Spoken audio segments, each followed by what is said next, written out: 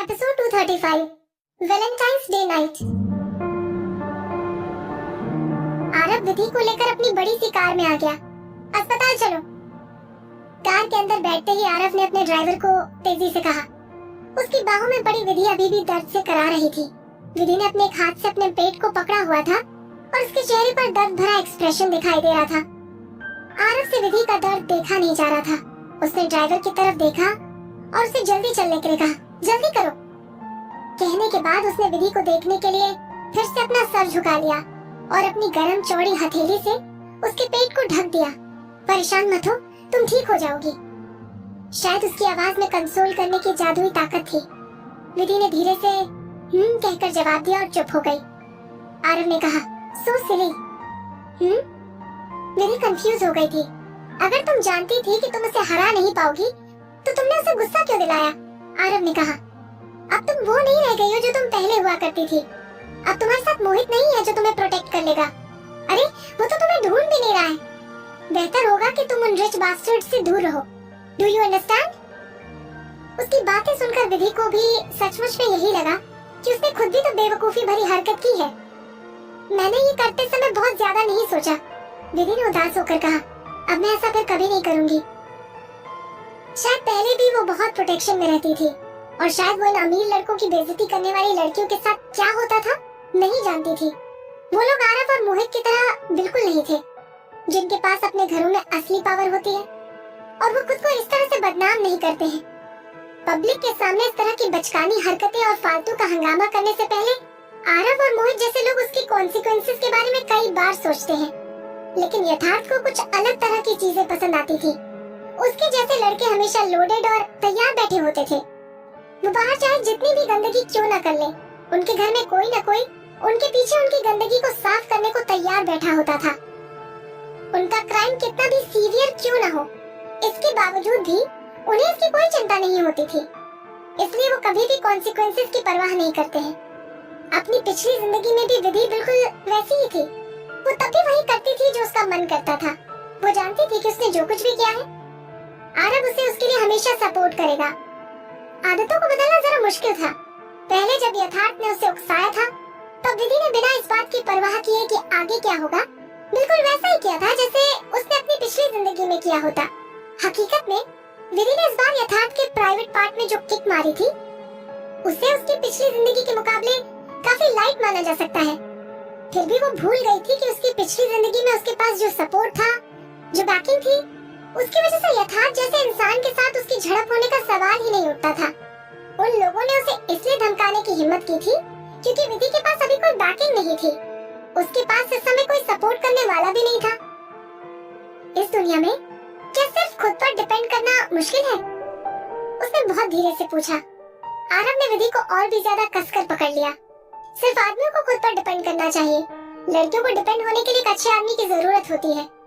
एक ऐसा आदमी वो जिस पर भरोसा कर सके। आरव की आवाज एकदम नर्म और जेंटल थी। ये कहते हुए आरव ने विधि के सर के ऊपर हल्के से थपथपा दिया था।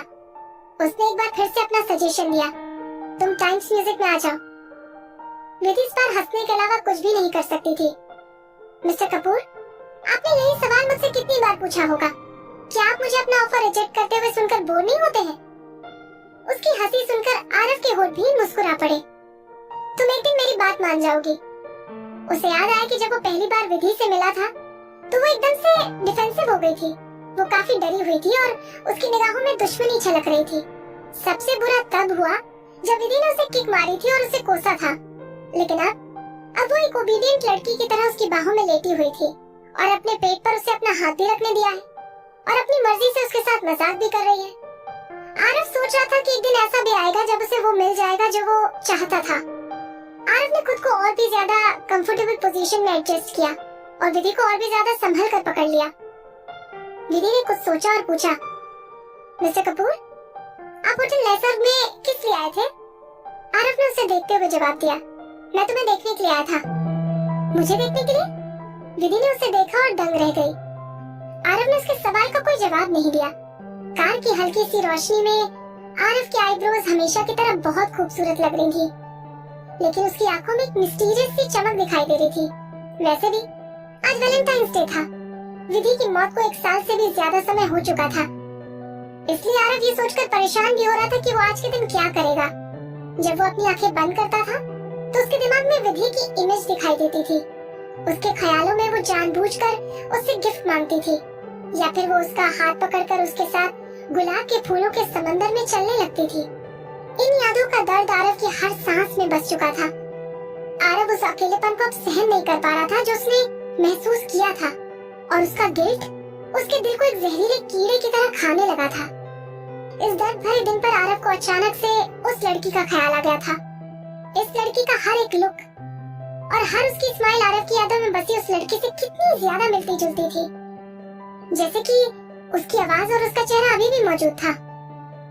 आरव ने विधि की तरफ देखा और फिर दूर देखने लगा। उसने धीमी सी आवाज में कहा, मैंने तुम्हारे लिए कुछ तैयार किया है, एक फ्रेंच कैंडल लाइट डिनर और एक स्ट्रिंग क्वार्टेट, गुलाब के फूलों से भरा हुआ घर और चॉकलेट का एक समंदर। मुझे विश्वास है कि वो सब तुमको बहुत अच्छा लगेगा। आरव की बातों ने विधि को झकझोर कर रख दिया था। आरव होटल लेसर्व में तब आया था जब वो खतरे में थी और उसने उसे बचा लिया था। विधि उसके लिए आरव की बहुत आभारी थी। अब उसे ऐसा लगने लगा था जैसे कि उसकी सालों पहले वाली सिक्योरिटी वापस आ गई है। जब आरव उसके आसपास था तो उसे ऐसा लग रहा था जैसे कि वो इस दुनिया के हर तूफान से बचा लेगा। अभी उसे मरे हुए थोड़ा समय ही तो हुआ है, लेकिन आरव ऑलरेडी किसी दूसरी लड़की को अपने साथ वैलेंटाइन डे मनाने के लिए इनवाइट कर रहा था। भले ही ये दूसरी लड़की उसका ही रीबर्थ वाला रूप था, लेकिन फिर भी दूसरों की नजर में तो वो कोई और ही थी। वो थोड़ा बहुत तो समझ ही सकती थी। आरव अभी अपने 30s में ही तो था। वो अभी जवान था और उसके पास पावर थी। वो अपनी जिंदगी के क्रूशियल एज में था।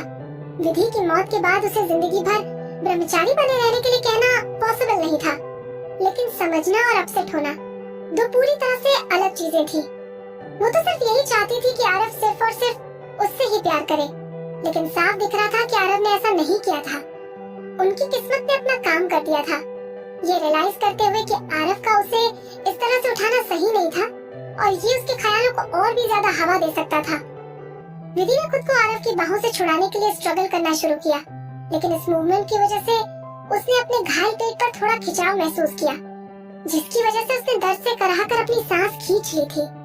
आरव ने अपनी आंखें बड़ी बड़ी करके उसे देखा और उसे वापस अपनी बाहों में खींचने की कोशिश की, लेकिन उसे विधि की रेजिस्टेंस का सामना करना पड़ा।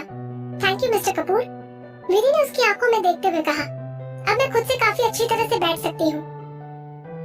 आरव की निगाहें ये देखकर उदास हो गई कि उसके सामने बैठी लड़की का वो प्रिकली डिफेंस वाला अवतार वापस आ गया है, लेकिन आरव ने उसे कुछ नहीं कहा। उसका मकसद भी तो काफी मिस्टीरियस था।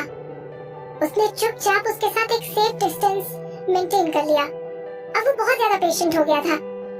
जब वो लोग अस्पताल पहुंचे तो उसके ड्राइवर ने वहाँ के जरूरी एडमिनिस्ट्रेटिव प्रोसीजर्स को फटाफट पूरा किया और आरव विधि को अपने साथ लेकर एक्सरे और बाकी के एग्जामिनेशन के लिए चला गया। विधि के प्रॉपर एग्जामिनेशन और असेसमेंट से पता चला कि कोई भी बहुत बड़ी प्रॉब्लम नहीं थी, लेकिन किक की वजह से उसके पेट पर एक बड़ा सा घाव हो गया था, जिसे ठीक होने में काफी समय लग सकता है। आरव ने किसी से एडमिशन प्रोसीजर कंप्लीट करने के लिए मदद करने के लिए कहा, फिर विधि की तरफ देखकर उसे समझाते हुए कहा, तुम कुछ दिनों के लिए यही अस्पताल में रहोगी। जब तुम पूरी तरह से ठीक हो जाओगी तब यहाँ से जा सकती हो। विधि चौंक गई, वो एकदम स्पीचलेस हो गई। बस एक इतनी छोटी सी चोट के लिए हॉस्पिटल में भर्ती होना जरूरी था क्या?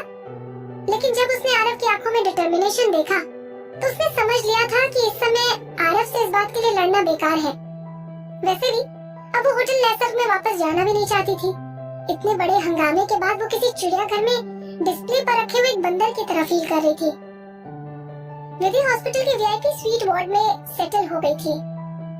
वीआईपी स्वीट वार्ड एक प्राइवेट रूम था, जिसके जमीन में हाई क्वालिटी वाले वुडन टाइल्स बिछे हुए थे और वहाँ पर एक बहुत ही कोजी सा बेड लगा हुआ था, जो बिल्कुल उसके होटल के कमरे जैसा ही था।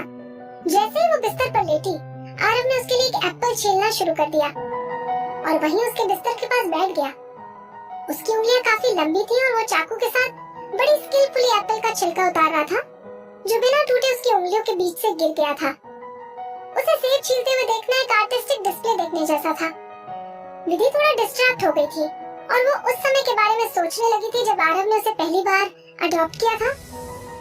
उस समय वो एकदम स्पॉइल्ड हुआ करता था और घर की चीजों के बारे में बिल्कुल अनाड़ी था। वो तो उसके बिस्तर पर उसे लेटाने के बाद बड़ी मुश्किल से उसका कंबल टक कर पाता था। एक एप्पल छीलना तो बहुत दूर की बात थी। अब वो इसमें इतना अच्छा कैसे हो गया था? शायद ऐसा इसलिए हुआ था क्योंकि आरव ने उसकी देखभाल करने की सारी जिम्मेदारी खुद ले ली थी और इसके लिए सब कुछ खुद ही करता था। अगर वो अपनी उस अनफॉर्चुनेट लव स्टोरी और अपनी बहन को सीन में से हटा दे तो इस पूरी दुनिया में सिर्फ एक अकेला आरव ही उसका पूरा परिवार था। जब विधि के दिमाग में ये शॉट्स आ रहे थे तो उसका दिल जकड़ने लगा था। इस समय आरव उसके लिए एप्पल छील रहा था और तभी अचानक उसका फोन रिंग करने लगा। उसने फोन लेकर स्क्रीन पर नीचे देखा। वहाँ मुक्ति का नाम फ्लैश हो रहा था।